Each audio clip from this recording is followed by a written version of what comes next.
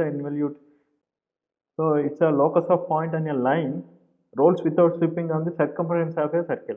So what does it mean? So for example, this is the circle, and on this circle, what I take is this is the line I took initially. So this is the point I took, and this is a rolling. This is a rolling like this. This is a rolling on this without a sliding. So when it is rolled to new position, its a position is like this, and now it became like this. It's a roll to some other new position, and now it's a roll to some other position like this. So this is the point here, and at this instant this is the point, and at this instant, and this is the point, and here this is the point. So if I join this one, all this, so it's something like this. This is the profile traced by this one, this point on the line which is rotating on the circumference of a circle. So this profile is called as a involute. In this case, this both flank and face are traced by the same profile, so that we will start from the base circle instead of the pitch circle as we know done in the cycloidal profile 4. So this is very easy to do, easy to manufacture, because here only one profile is involved. And here next one is we need to see whether we are producing a constant pitch point in this case or not. Bottom one is the driver, and the top one is the driven. And if you observe here, so this red color, this one and this one are the contact points, and this point wherever this line is touching the center lines is the pitch point.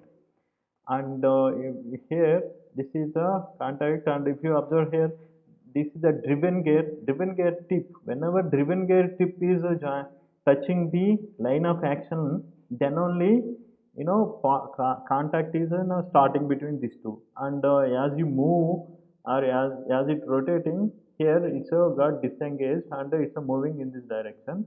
At this instant, the point whatever here started at the engagement is reaching the pitch point, and after this one it's reaching this point, and slowly it's becoming disengagement. So the observation that we did here is, when is the contact starting? Whenever the tip of the driven gear is touching the line of action. The disengagement happening when the tip of the driver gear is touching this line, that is the line of action. The bottom one is rotating in the clockwise direction, the same one we have taken already. So this is moving in the anti-clockwise direction, and see here, this is a tangent to the base circle, and this tangent we connected with this center of the gear. So this is the angle, perpendicular angle between these two, and the point E and F, or E is the point of engagement and F is the point of disengagement, and distance from E to P, E to F is the path of contact, and EP is the path of approach, and PF is the path of recess. So that we have already seen, and here also we have I have drawn like this. Here this is a perpendicular, because the CD is tangent to the base circles. In the involute profile, normal line at the contact point is in turn becoming the tangent to the base circles of the involute gear. So here this is a perpendicular if I connect with the center line. So in this one, what happened? I will write a VP1. So V1 is or P1. VP1 means the velocity of the pitch line. If it is rotating like this, this is the velocity of the pitch line. From the gear 1, that equal to omega 1 into AP.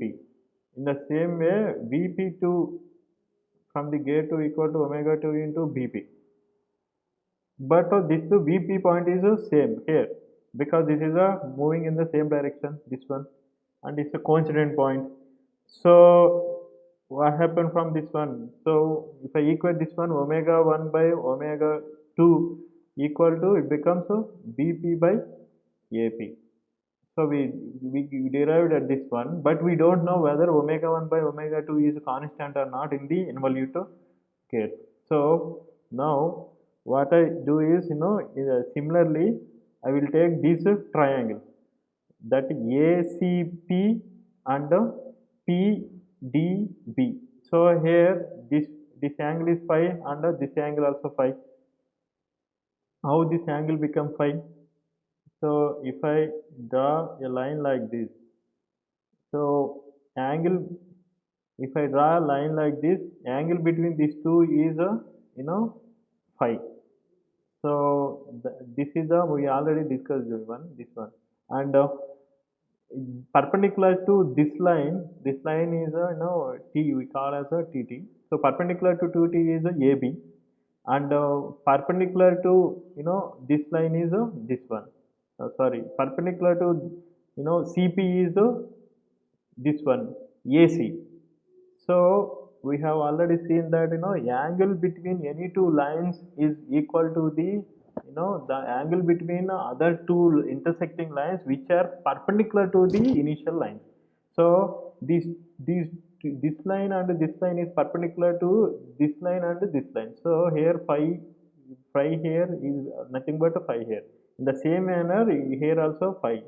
So these two are again becoming similar triangles. How? This is a pi by 2 and this is a phi. Here this is a pi by 2 and this is a phi. So that this angle and this angle are also similar. When these two triangles are similar, then I will take this one BP.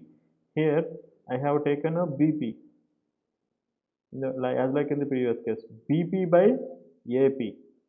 So in this one, BP is a perpendicular, opposite to the perpendicular angle. Here also AP is opposite side of the perpendicular angle. So here what can I write is, I can write a, you know BD by AC. Why I have written BD? BD is always constant because this is the radius of this gear. This is the radius of this gear, and this is the radius of this pinion or driver. So this cannot be changed. These are always fixed one. So that's why I have written BD by AC, because BD is opposite to this angle and AC is opposite to this angle, because these two are similar. But we know this is always constant because this is nothing but a capital R by small r. This is always constant. So that omega 1 by omega 2 is always constant. That means BB by AP also constant. So to become BB by AP to be constant, we need to keep P as a fixed point always. So hence we proved that P is a fixed one here.